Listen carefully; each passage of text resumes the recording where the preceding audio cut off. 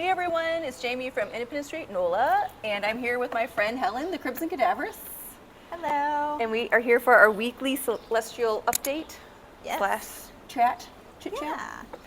Yeah. Let's see, the dates this week is for 4/24 to 4/30. And we are coming out of the major eclipse. We're still in eclipse portal. Yep, we're still in the eclipse portal. We are traveling towards the lunar eclipse on May 5th. Yes. So another week and a half-ish. Okay. So Monday, we'll get into it with Monday. The moon will be in Gemini. Yes. And then there's some other big things happening that day. Yes. So actually the real story of Monday is this Vesta North Node Sun conjunction. Okay. So we generally see the sun form a conjunction with the North Node, which is the North Node of the moon, approximately every year. Okay. Just kind of depending upon which signs they fall into. Okay. And just happens to coincide with Vesta conjunction with both of them. So we already kind of have, with the sun, that's our vitality, that's our true self, that's what we show the world. The North Node is the direction we're moving in. So we already have that light, from the sun kind of shining down on the direction we're moving in. And Vesta just kind of adds this extra oomph, this extra desire to devote ourselves to this path. I agree. And the North Node, if you guys don't know this, is in Taurus. Yes. So it's kind of neat that, I guess that's why the sun would be conjuncted. Yes. Because the sun's in Taurus. Yes. Okay, duh. Okay. All right, so that's happening Monday. So what do you think is a good way to work with this energy? Well, I think definitely the best way to work with it is to think of it as a very grounding energy. Even though it is pushing us forward, it's all in Taurus. So Taurus is fixed Earth. So whatever we're pushing forward with, it's like we can push forward almost with kind of anchoring it down, where we push forward, but there's something stable to it. I agree. And also, Taurus is the bull. Yes. It's not known to move extremely fast. No. So this is in Mercury's retrograde. Yes. So like you're saying, this is a good time to kind of ground these things in, mull them over maybe, see all the different ways you can get them to work. Yes, exactly. Especially with that moon in Gemini, because Gemini is communication. Yes. So we're definitely, that's interesting that you bring that up. Yeah, because it's almost like we're communicating something different to us, or to ourselves, like writing a new narrative as we're doing this. Yeah. Good. And yeah, the next day, actually, we have the moon sextiling Mercury, so that makes sense. So that kind of feeds into the whole, writing the new narrative. Okay, because on Tuesday, the moon will move out of Gemini into Cancer. Yes. And so then home sign. Yes. That is right. Moon's in its home sign. Okay, moon in Cancer. Yes. On Tuesday, we'll be sextiling Mercury, who also is in Taurus. Yes. Yes. So that's definitely, again, speaking with ease about a new narrative. Yeah. And especially there's conjunction with Mars on the same day. So again, that's just kind of being empowered, being empowered in the way that we, write this new narrative, squaring Chiron, allowing. I had to ask her. I had to ask you, how long is Chiron in Aries? Oh, and you were like, I don't know, until 2027. I think so. Yeah, don't quote me on that, but yeah, I think it's for a few years. Okay. Yeah, definitely. We got some time there.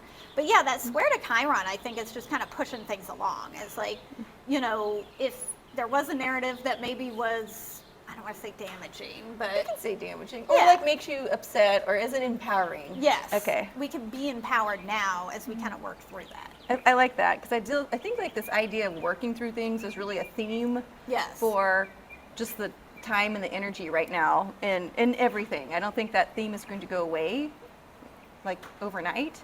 But the moon in Cancer, sextiling that Mercury in Taurus, and like you said, conjunct Mars in Cancer. Yes. And we talked about how Mars is more vulnerable in Cancer. Yes. So I see this a lot of softer energy, giving yourself more grace, telling yourself, I know this was my old narrative and it still kind of stings, but it's not. That's not how I want to move forward. Yeah. And so, it, like you were talking about, it gives you a different way, sextiling Moon in Cancer, sextiling Mercury in Taurus. So you're having a new conversation with how you can be abundant. Yes. Right? How you can be stable, how you can talk to people differently about your self-worth.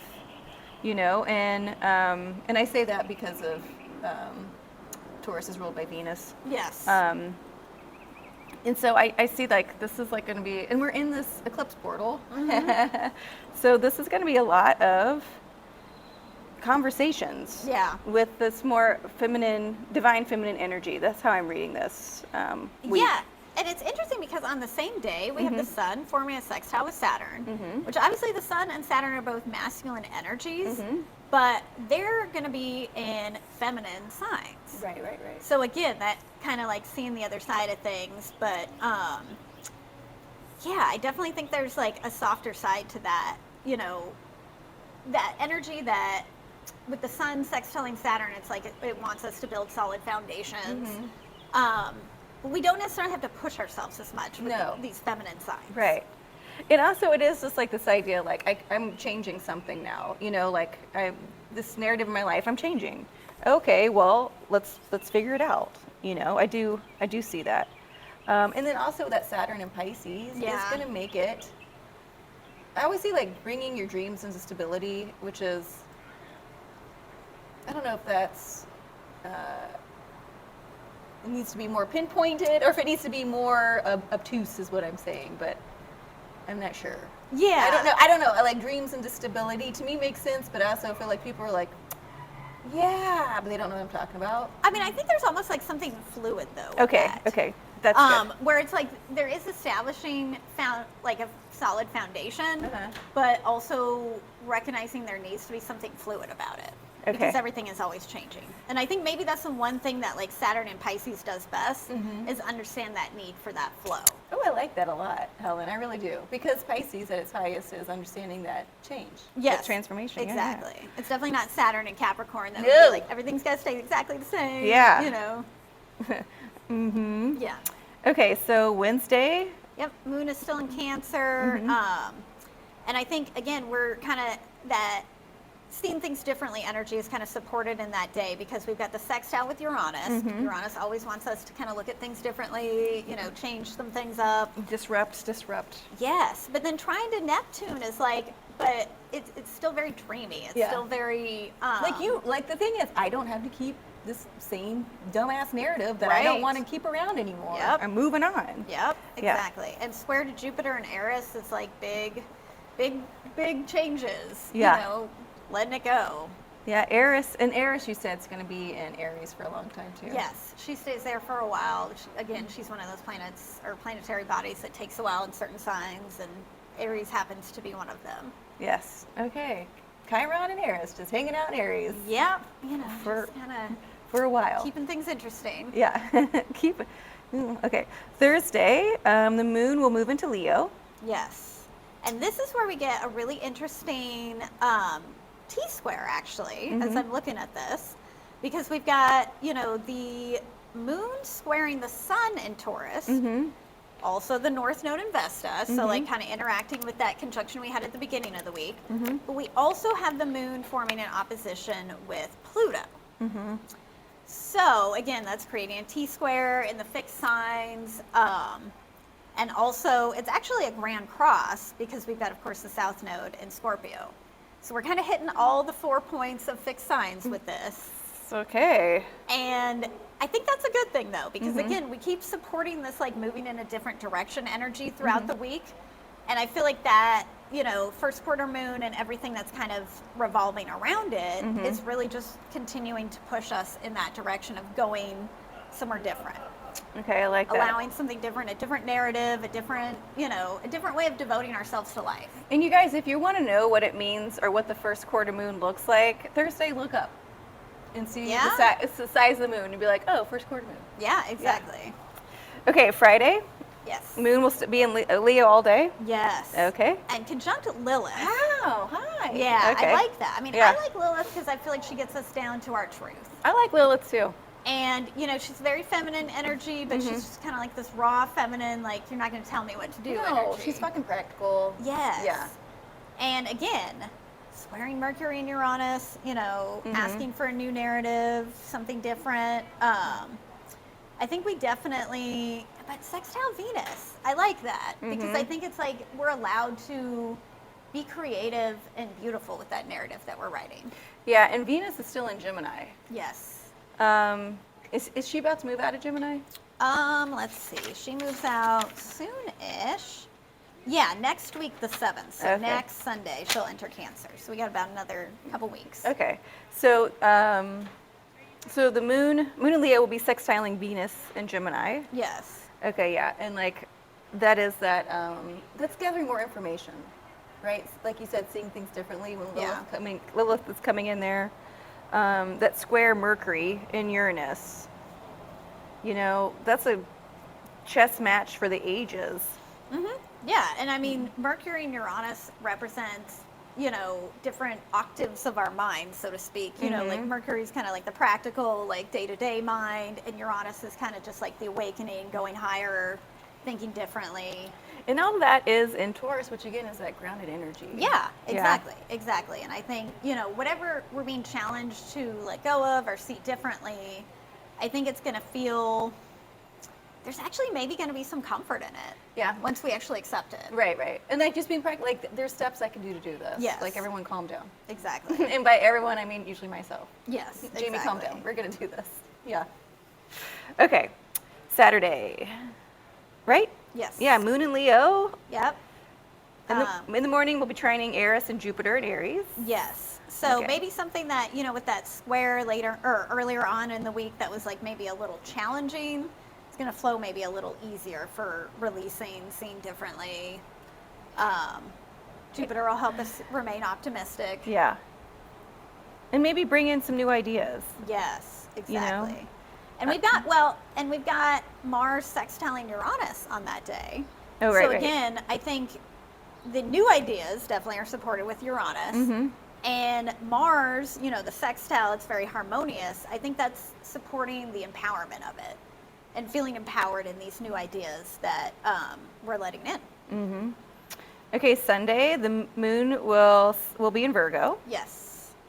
opposite Saturn in Pisces. Yes. Okay. And I think the moon in Virgo is great because it helps us get organized, practical, approach things pragmatically. And the opposition to Saturn, I think actually is really positive with that because it's helping us see not just the practicality. It's bringing in a boundary, though, too. Yes. But again, the boundary where it's like, yes, things need to be practical, but Well, or like Virgo knows, like, right, Virgo's it gets things done, right? Yes. So it could have like all that entire list, right? Because Yes. the day before we had Jupiter, right? So, but then like on Sunday it's saying, you know what, maybe I just need to do these top 3 things. yeah, definitely. And I feel good about it. Yeah, and I think, you know, with the trine with Vesta, the Sun, and Mercury, yes, I think we're doing things a little more clearly, and maybe the clearness is not having to do everything. Yeah. And that's a boundary. Yeah. That's a boundary that Saturn's going to ask of us. He's going to be kind of like looking across at the moon and be like, do you feel comfortable doing all this? Do I have to do all this? Is that necessary? Right. Does it matter? Yeah. And that trine with Vesta and the Sun, you know, like, because Vesta is that feminine flame. Yes. And then the Sun we always see as the masculine flame. Yes. So I see this is a new way how we're learning to work with ourselves. Movement, I see. And like, trining that Mercury and Taurus, right? So they're going to have a good conversation with each Yes. other. But it's going to be grounded. It's going to be like, okay, this is where I am in my life. How do I want to move forward? Yeah. You know, it's okay that I don't, you know, I don't do this anymore. I don't do that. You know, this is what I mean. It doesn't mean, you know, your dreams are gone. It means that maybe they've changed, or Yeah. maybe you're just like, this is more important than Yeah. having 30 million followers. You know, maybe I want 30 Right. good ones or something. Yeah, then you it know? just needs to be just a new story. Yeah. And that's okay. And like again, the trine is like supporting the ease of that, where it's like it's just all right, we're just flipping the page to the new story. Yeah. Let's flip the page. Yeah, there's definitely a flipping of the page energy with the week, I think. Yes. And you guys remember Mercury's still retrograde. So this is a good time to go over all these things, right? Yep. We just started Mercury retrograde, so we got 3 weeks of this. Yep. And so, and it's just kind of like all these things that are coming up with Chiron and all these stories are coming up. It's important to go over to see where you have moved on, where you have Yes. changed, where you have grown. And then also like where do you want to go? Where do you want to be? Okay, well, there's some things can you go over to see a different way how to get there? Or maybe it's like time to be like, it's finally time for me to, like I was talking to this person the other day and I was like, have you talked to your company about your 401k? And they were like, no. And I was like, maybe this is a good time. Yeah. You know, those little things that Yeah. we just ignore. Yeah. And again, money, right? That would be Taurus. Right. Oh yeah, Yeah. definitely. That's coming up with this Taurus energy. Yeah. So if money is out there, you guys this is a good time to go look over all these things and have new conversations about them. Absolutely. Okay. Anything else you want to add? No, I think this is just a week to kind of, like I said, turn the page. Yeah. Yeah. Okay, guys. If you need to reach me or Helen, you can reach us on Instagram, YouTube, and or my website. And have a great week. And we'll see you next time.